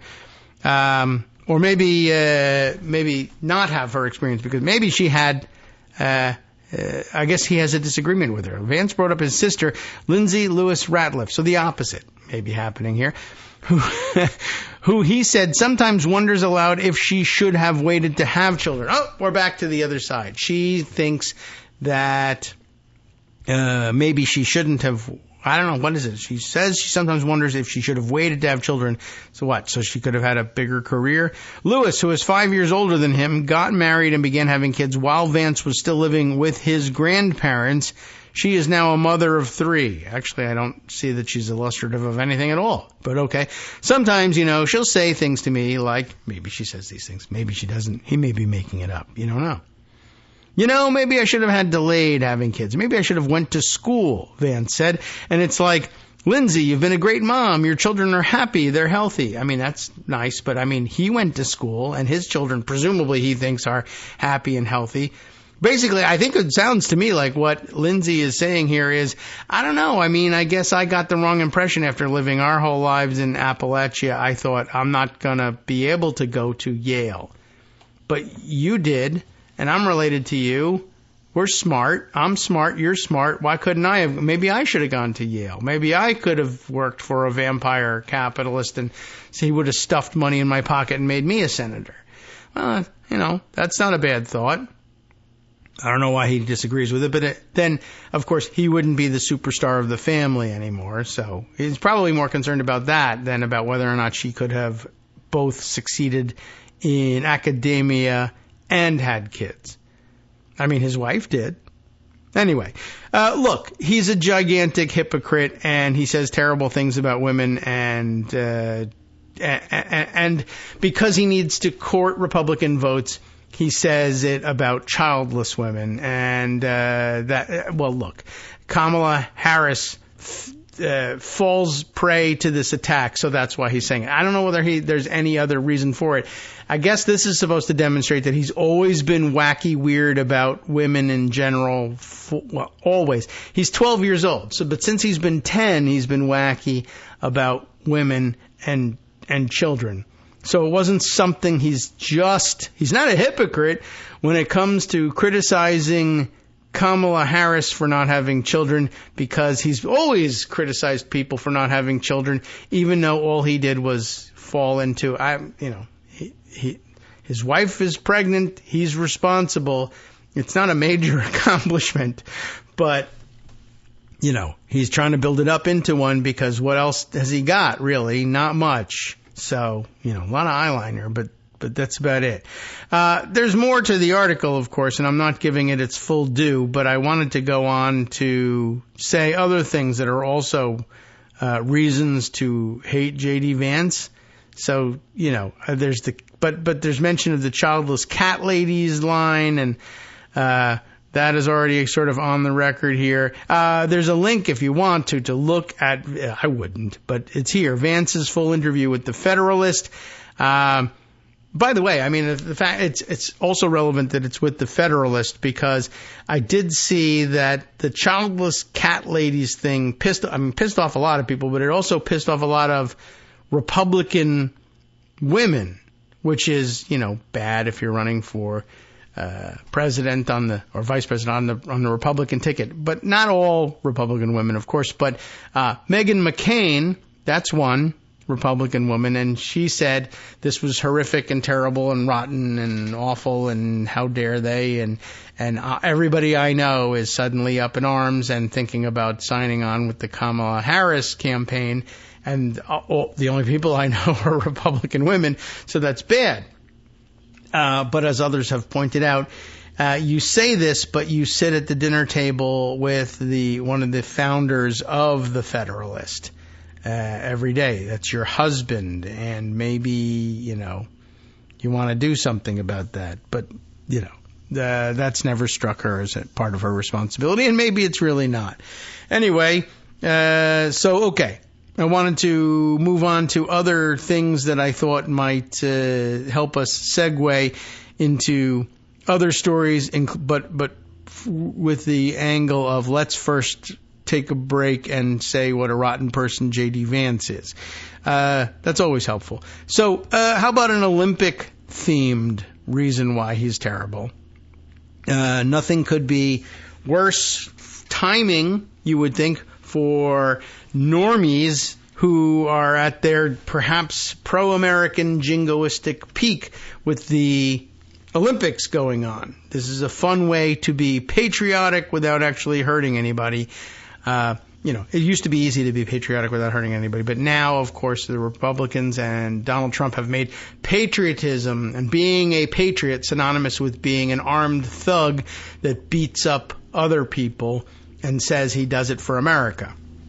Well, at any rate, J.D. Vance has also been extraordinarily and vocally critical of America's sweetheart, Simone Biles.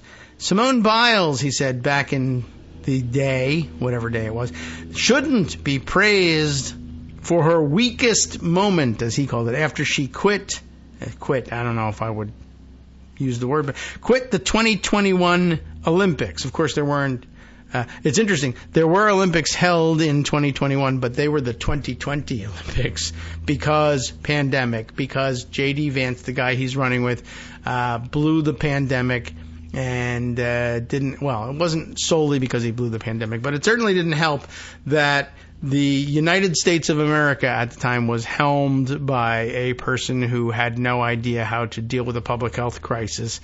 And so anyway, it was going to blow up into a worldwide pandemic anyway, but it was far worse than it had to be because Donald Trump is an idiot. All right. Carl Gibson, writing for Alternet here, has got this story where Vance was talking about Biles in the wake of Team USA's gymnastics team winning gold at the 2024 Paris Olympics. I don't know if you heard about that, but they did it. A 2021 clip has resurfaced of eventual Republican vice presidential nominee J.D. Vance criticizing praise of legendary gymnast Simone Biles. Got to thank my brother Mark for sending this one on. This is a good and relevant point. Couldn't have come at a worse time for him, except, all time. Again, he's 12. All of his time is not that good. Anyway, Democratic-aligned research group American Bridge posted the clip of Vance, who made the comments on a July 28th, 2021 Fox News panel moderated by host Harris Faulkner. How do you like that? She, too, in the news. Bad timing for her as well, I guess. But the panel was assembled shortly after Biles announced that she would not be joining her teammates in the all-around competition at the Tokyo Olympics. Faulkner began the interview by asking Vance if he thought Biles let down the country. Vance responded that while he understood that Biles was under an incredible amount of pressure as the leader of Team USA's gymnastics squad, he seemingly suggested that the legendary gymnast's withdrawal from the 2021 Olympics was a harmful byproduct of the mainstreaming of therapy. Yeah. Bad old therapy. Now, she was having something of a mental health crisis, I guess you could say. I don't even remember the storyline all that well, but she was under a tremendous amount of pressure. She came to the decision that I guess that it would be detrimental really for herself and for the team for her to be competing. And I guess honestly, I don't know why people discount the mental aspect of any of these sports, but I don't know. If you're going to fling yourself 15 feet in the air and do 4.5 double back flips and twists and what have you, I don't even know. Look, if I'm not feeling right, I'm not going to jump over that horse, that vault, no matter what, much less flip and twist. If you think you're going to land and hurt yourself, I would imagine you have to be 100% sure of what you're doing and that you can do it in order to even start down that road.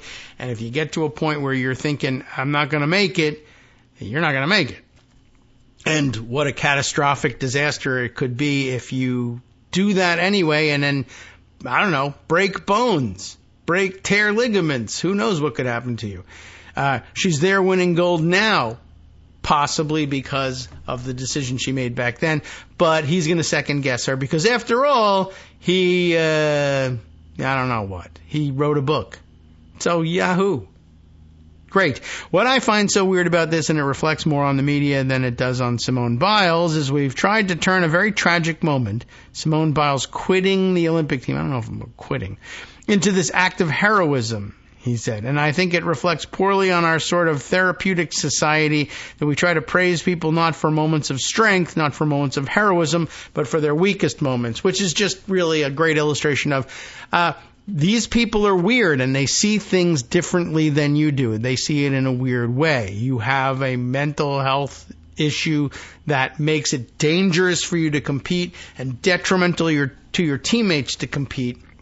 Republicans think, no, stay, have your moment of individual accountability, screw things up for everybody in the name of patriotism and glory, and send it all crashing down and end your career with a catastrophic injury because that's strong, as opposed to I'm smart, I know how to play a long-term game, I'm going to come back and I'm already looking ahead to 2024, I'm going to come back and win Olympic gold there. But no, J.D. Vance says the Republican approach to everything is you grab what you can, grub now, stuff your pockets full of whatever is available to you, and peace out from there. Well, it's not good long-term planning. A person who can't make that decision can't help run the country. That's for sure. That's one way of looking at it. And the fact that it is dumb and weird should not escape your notice, because apparently he's quite dumb and weird as well, and he thinks of almost everything in that weird, dumb way. So, not surprising that a venture capitalist would be all about short-term gains and have no care for long-term planning. So that's, I think, what you can take out of that one. When we return, I have no short-term or long-term plan for what's coming next, but I got 2 minutes to decide, and that's just going to have to be enough. Sup fam, it's your boy Darwin, aka Darwin_Darko, aka the most reasonable man in America, aka KITM's senior black correspondent. You might remember me from such recordings as Spacemen vs. Space Cadets and We Need to Talk About Joe Biden. Today, I want to bring you good news about that thing you've been struggling with. Do you suffer from giving too much of a damn? Do you turn on the series of tubes and find yourself outraged at the particular way some news organization strung some sentences together only to realize, nope, this is not some fictional hellscape? Well, guess what? You no longer have to accept the life of giving too much of a damn. You can do something about it, because even you, yes you, can be a show contributor. Now I know what you're thinking. Hey, Mr. Most Reasonable Man in America, I'm not some professional podcast talking guy. Don't worry about it. Do you have a smartphone or some other electronic recording device? Well, that's all you need. You too can have a segment where you can read us an important article and give us your take. Read one of your own original essays, or even just give us your commentary on something you'd like to share that's important to you. Fair warning though, side effects may include general punditry, having opinions and hot takes, getting stuff off your chest, and hearing your own voice. If your recording lasts longer than 5 to 7 minutes, please consult kagrox@gmail.com. That's KAGROX@gmail.com. All right. Welcome back, everybody, to the Kagro in the Morning Show here on Netroots Radio. The 2 minutes well spent, I guess. But in terms of narrowing down the stories that I want to tell you, well, it hasn't done anything like that. Even organizing could still go either way. But let me stick with the idea that J.D. Vance is a lousy person to choose to lead the country in under almost any circumstances. I think, actually, I'd like to read a little bit more from this, not just because the Olympics are on and it's relevant, but because I think this is illustrative of, and this is the reason I'm including it in the first place, illustrative of his poor record of decision making. He's a young man, so perhaps things will change. But I think this is just the Republican approach to everything, short-term gain. I think maybe his career to this point has been sort of geared towards that, and perhaps we can help illustrate that with a larger picture down the road. So if we just read through most of the rest of this and try and gain some understanding of it from the organized thoughts of our author, again, more of the commentary that he makes on Simone Biles in 2021. What I find so weird about this is interesting. He thinks it's weird. Weird. Prophetic. What I find so weird about this, and it reflects more on the media than it does on Simone Biles, is that we have tried to turn a very tragic moment, Simone Biles quitting the Olympic team, into this act of heroism, right? And I think it reflects poorly on our sort of therapeutic society, basically saying, the statement that got put out by USA Gymnastics and others was that Simone Biles was being brave by taking care of herself in all this. And he's saying, well, no, you should sacrifice yourself for the team, which is a kind of an old school sort of thought process. They are old and quite weird, and this is one of the ways in which that's the case. But USA Gymnastics and Biles and others, all the normal people, making the point that, well, yeah, in the olden days when we didn't think there was such a thing as mental health or mental self-care, we said, ironically, interesting enough, I hate communism, but, sacrifice the individual for the greater good. Okay. Anyway, what USA Gymnastics was getting at was you're going to face strong criticism from people who don't really necessarily know what's going on, for taking yourself out of competition, especially over personal issues. But doing it anyway is long-term the better plan, and so you're just going to have to be brave in order to do it. You're going to have to weather criticism. You know it's coming, but you just say, I'm going to brave it. And that, therefore, is brave. But, of course, Republicans see that inherently as weak, which is just an indication of how weird they are. So, when the International Olympic Committee confirmed Biles' withdrawal from the 2021 all-around gymnastics competition, the statement included praise of Biles for her courage in deciding to prioritize her mental health over Olympic gold.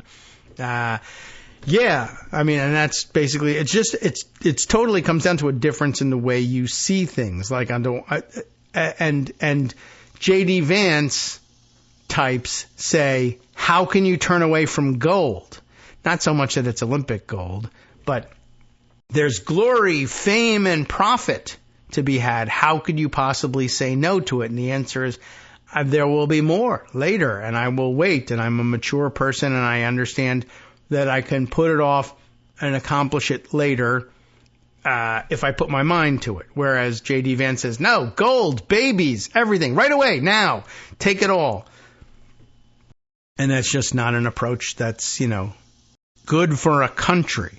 Anyway, after further medical evaluation, Simone Biles has withdrawn from the final individual all-around competition at the Tokyo Olympic Games in order to focus on her mental health, the IOC's governing body stated at the time. Simone will continue to be evaluated daily to determine whether or not to participate in next week's individual event finals. We wholeheartedly support Simone's decision and applaud her bravery in prioritizing her well-being. Her courage shows yet again why she is a role model for so many, the governing body added. But J.D. Vance wanted to go to war with the governing body of international gymnastics. In the clip, Vance went on to acknowledge that while he understands being an athlete at that level is incredibly tough, he nonetheless disagreed with the media's praise of Biles for her decision to put her mental health first. Look, being an athlete is tough, says the non-athlete. Being an athlete at that level is incredibly tough. I say it, and I'm not an athlete, but okay. A normal response would be, that's funny. He's going to tell you what a normal response would be. It's such a shame that she's going through this. It's a shame that he quit. But look, he goes to the word shame all the time. I'm sure he'd say, well, what I mean is, it's a shame. Like, it's such a sad thing. But he's intentionally using the word shame. I'm going to shame you. It's a shame that she quit. But instead, what our press has done, I think, is turned this into a weird therapeutic moment. Let's praise her for doing this. And I think that's really where the problem herein lies. Bad syntax, not a Yale man. But anyway, that's, that's just like your opinion, man. And it doesn't really mean anything. You're not an athlete. You're not a gymnast. You're not involved in this, but he's trying to turn this into no, she's a bad person for doing this. Whereas we're trying to get people to take care of themselves mentally and not ruin or destroy themselves or the chances of their teammates or their chance of returning to the Olympic Games in exchange for short-term gain. But like I said, this is maybe just where he comes from. I'm still probably going to hold out for maybe this is just the day to do it. I was going to hold out for this being a Friday thing, but let's just launch into it. Why not? Tomorrow's Friday, and tomorrow I'll just say, oh gosh, I don't have enough time for all these things anyway. Something I teased yesterday, the Washington Post profile of him inside the powerful Peter Thiel network that anointed J.D. Vance, and I wonder if we'll get some view of why these guys or why J.D. Vance is such a money, glory, fame, grubbing guy. Grab it all now. Don't wait for anything.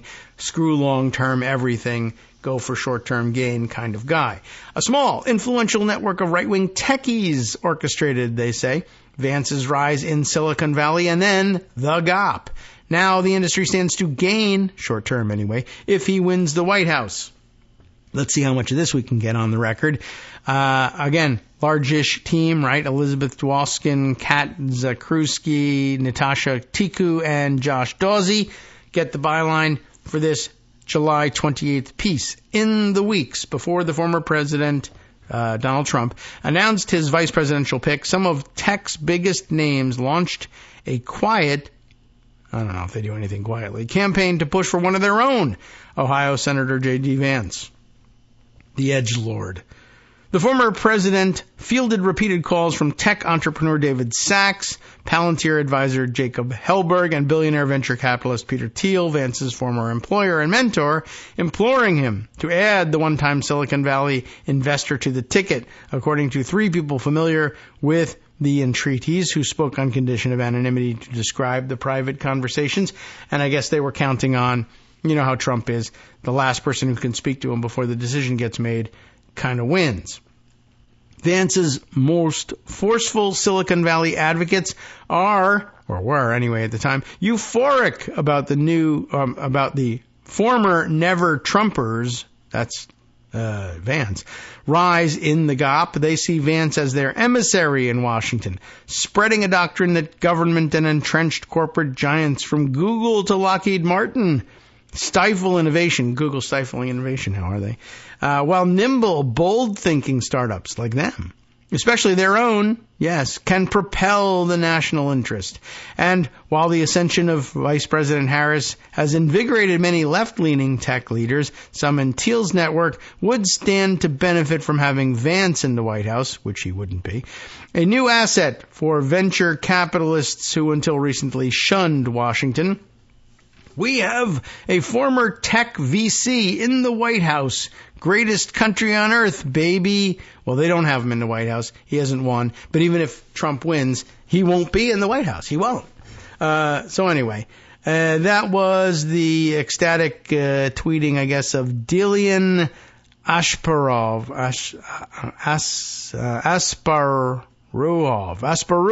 Oh, my goodness. Maybe. I don't know. Anyway, he's a partner at Thiel's Founders Fund, and whoop-de-doo. For Thiel, Vance's presence on the Republican ticket is the payoff on a prescient bet, maybe, placed a decade ago. That's pretty long-term for a guy like him, when he embraced the Yale Law School graduate with Rust Belt roots as his protege, joining a roster that included Meta CEO Mark Zuckerberg and OpenAI founder Sam Altman. You think? Do they think so? I don't know. Especially after the publication in 2016 of his memoir, Beep Billy Elegy, or maybe it's Hill Beep Elegy. I don't know which one. You tell me. What's the bad part here? Vance impressed Thiel's rarefied Silicon Valley set with what they saw as an ominous a-holism, but an omnivorous intellect. Not really sure what that's even supposed to mean. Mild manner and outsider story of growing up working class in Ohio. How, like a zoo. A narrative that resonated after the 2016 election as tech elites sought to understand how their obsession with building the future was leaving so many Americans behind. Except this one. I don't know. But Thiel made him wealthy, setting him up to invest in companies that became popular with the MAGA set, and i.e. losers in the market. He shepherded Vance's entry into politics, bankrolling, alongside other Silicon Valley donors, his successful bid for the U.S. Senate in 2022. For Peter, said one of the people familiar with his thinking, Vance is a generational bet, and he'd like to drink his blood. Maybe that's what that means. But Vance's connections in the business world, along with his stances on social issues such as abortion and same-sex marriage, have also opened him up to criticism. Wow. Critics have called him a shillbilly. Oh my. Arguing that his relationship to the Thiel network could become a pay-to-play scenario. Bad all by itself. The best way for them to instate their elitist scheme and reactionary views is Regulatory capture. Investor Del Johnson posted on Twitter using a term to describe the private sector's control of the regulatory process. You haven't seen anything yet if you let the VC class get into the presidency. Vice presidency, but okay. But then maybe they have Trump get shot again. Who knows? This report is based on 17 interviews with people familiar with Vance's rise in the Valley, his relationship with Thiel, and the tech world's ambitions for him should he win the country's second highest political office, many of whom spoke on condition of anonymity to protect their relationships. Thiel declined to comment. Vance did not respond to requests for comment. Though Thiel became a Trump megadonor during the 2016 campaign, he ultimately was disappointed by the disorganization of his administration. And that's the way he ran his business. If you didn't look at it, that's your problem. Due diligence, buddy. As well as the lack of focus on science and innovation, which they hate, according to several people with knowledge of his thinking. But the Vance pick is helping Thiel warm to Trump, and Trump's selection coincides with the newly sharpened focus on issues of central importance to the tech world. He went and courted the Bitcoin people just the other day as well. Another piece in pocket about that one. The former president has embraced industry-friendly messages on electric vehicles, cryptocurrency, and artificial intelligence. That's interesting because he actually says that electric vehicles don't work. They can't run in the rain. I don't know why that doesn't bother Elon Musk more. It's one of his core businesses. Electric boats can't work because sharks, electrocution, I don't even know what. He seems to have no idea whatsoever when it comes to electric vehicles. Cryptocurrency, he doesn't understand how it works, and he says as much. And something. So he went to a tech convention and said, it's all great stuff or something. And they went, yay, we'll vote for you. Trump appeared last month on Sachs All In podcast, on which he called his Silicon Valley donors geniuses. And at a recent campaign rally, he praised electric vehicle pioneer Elon Musk, saying, we have to make life good for our smart people, even if their cars don't work in the rain, apparently. Sachs hosted Trump and Vance at his San Francisco home for a pricey fundraiser in June, where the pair met more than 50 technology executives and other wealthy donors, according to a list of attendees reviewed by the Washington Post. At the RNC, Sachs could be seen talking with Vance in Trump's private box. Others present said they had never seen the event so flooded with donors, lobbyists, and others from the technology industry. The Biden administration, by contrast, has infuriated tech leaders by hindering the crypto industry, attempting to regulate AI, and challenging corporate acquisitions, a key path for startup founders to cash in. Right? That's not the innovation part, it's the cashing in part that they're getting pissed off about not getting the chance to do. Sachs, Musk, Palantir co-founder Joe Lonsdale, Sequoia Capital's Doug Leone, and founders of the prominent venture capital firm Andreessen Horowitz have all thrown in with Trump and are donating large sums to a pro-Trump PAC. So don't forget when you get the chance to eat them. Anyway, if Trump reclaims the White House, Vance could help transform the tech industry from political punching bag to engine of capitalism. Yeah, they've had a hard time becoming the engine of capitalism. I have a Juicero, and I would like my company to be valuated at $50 bazillion based on nothing.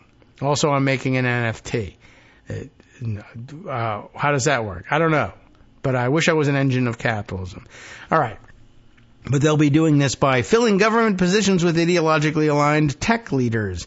A web of Thiel-associated startups, including Vance's own token investment in the defense startup Anduril, whatever that is, are competing for billions in contracts, which should be illegal. Meanwhile, friends of Sachs, whose pitch to Trump on nominating Vance was about non-interventionist foreign policy, often joke that he is angling for Secretary of State.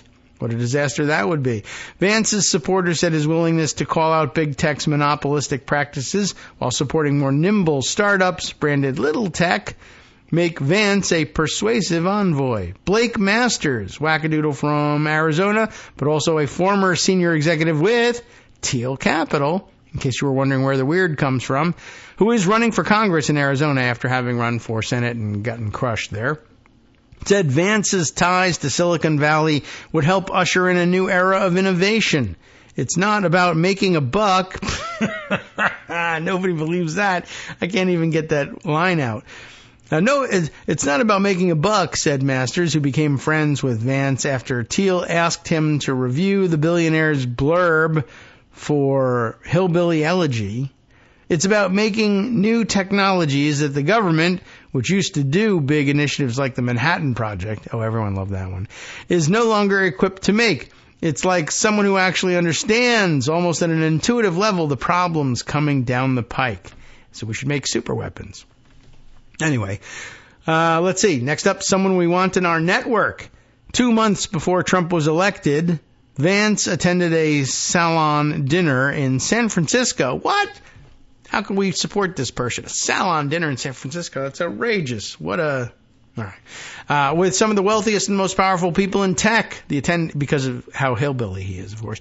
The attendees, who included Thiel, Anderson, Altman, Salesforce CEO Mark Benioff, and John Levin, then a dean at Stanford's business school, salt of the earth, had gathered to discuss a newly relevant topic, the difficulties of working class America and the future of work. That is to say, how can we use AI to throw the working class Americans out of their jobs? Boo-hoo, something populism. The wide-ranging conversation quickly turned to politics. We'll need that in order to cover up for our disaster. Though a never-Trumper at the time, the young memoirist, that's Vance, I guess, translated the populist rage that had propelled Trump's long-shot campaign along with that of Democratic Socialist Bernie Sanders. Everyone there was trying to understand that moment, said a person familiar with the evening who spoke on condition of anonymity because it was a private and stupid gathering. Then the 32-year-old held his own with these incredible intellects. He commanded the respect of everybody in the room. The incredible intellects behind Theranos and Juicero and NFTs and all the things that have made life better for everyone. Thiel paved the way for Vance around a decade ago when Vance emailed the billionaire about exploring opportunities in Silicon Valley. He was inspired by a 2011 speech Thiel had given at Yale Law School, a talk lamenting technological stagnation and arguing that the elite obsession with hyper-competitive jobs was crushing innovation. And then he went on to do the same thing. Vance described the address as the most significant moment of his time at Yale, where he met his wife, by the way, but just saying. Vance made an impression on Thiel, said Colin Greenspan, a former managing director at Mithril, a Thiel investment firm, which, of course, named for something out of Lord of the Rings, as the perfectly normal people usually love to do. We knew this guy is someone we 100% want in our network, said Greenspan, who would go on to co-found the venture firm Narya with Vance. The benefit of that Peter Thiel world is that there's always someone interesting coming and going, and JD was someone we knew we wanted to stay close to. When in fact, the benefit of that Peter Thiel world is that he can put money into anything. So even if you're a moron, if he needs you to look like a successful businessman, he'll give you $1 billion and say, go lose it. An associate of Thiel helped Vance get a job at the biotechnology company Circuit Therapeutics. Though Vance knew nothing about optogenetics, and why should you, the company's specialty, he was a rigorous student. He soon approached Mithril about investing in the startup. The guy who gave me the job there, and who is a venture capitalist, will you put money, you could lose $1 billion in the couch. Oh, that's true, in the couch. So give me some of the money for this thing. Why? What do they do? I don't know. Okay. Well, Mithril didn't even do it. Mithril passed. But Vance's approach, a knack for checking in at the right time, so impressed Greenspan that the group concluded we needed to hire him. How about that? Talking about failing upward. Can you get us some venture capital money from Mithril? Sure. Thiel's my man. Hold on, I'll be right back. Can you give us some money? No. Well, I'm so impressed with you asking. that I gotta hire you. All right. Joining Mithril in 2016, that'll change the outcome. Vance absorbed how investors evaluate companies, swept up in a milieu where technological innovation was revered as the engine of social progress. Now, the question I have is, now he's joined Mithril, does he go back and invest in circuit therapeutics, or does he not? Let's see if there's an answer to that in here. I'm not even sure if they go back to that. The man from Middletown, Ohio, who wrote in his memoir that he didn't know there was more than one kind of white wine, attended dinners with billionaires. Catherine Boyle, a venture capitalist who now helps startups work with governments, threw him a book party with pizza, at her San Francisco apartment. Though pundits were already calling Hillbilly Elegy a campaign book, Vance rarely spoke of his political ambitions in Washington's skeptical Silicon Valley. He knew the room. He didn't seem like somebody who was trying to get to the limelight, said Orrin Hoffman, CEO of the startup SafeGraph, who, I don't know, never heard of it, who became friends with Vance after organizing the 2016 Salon dinner to introduce him to his social set. I didn't know his politics. Others saw Vance as more calculating.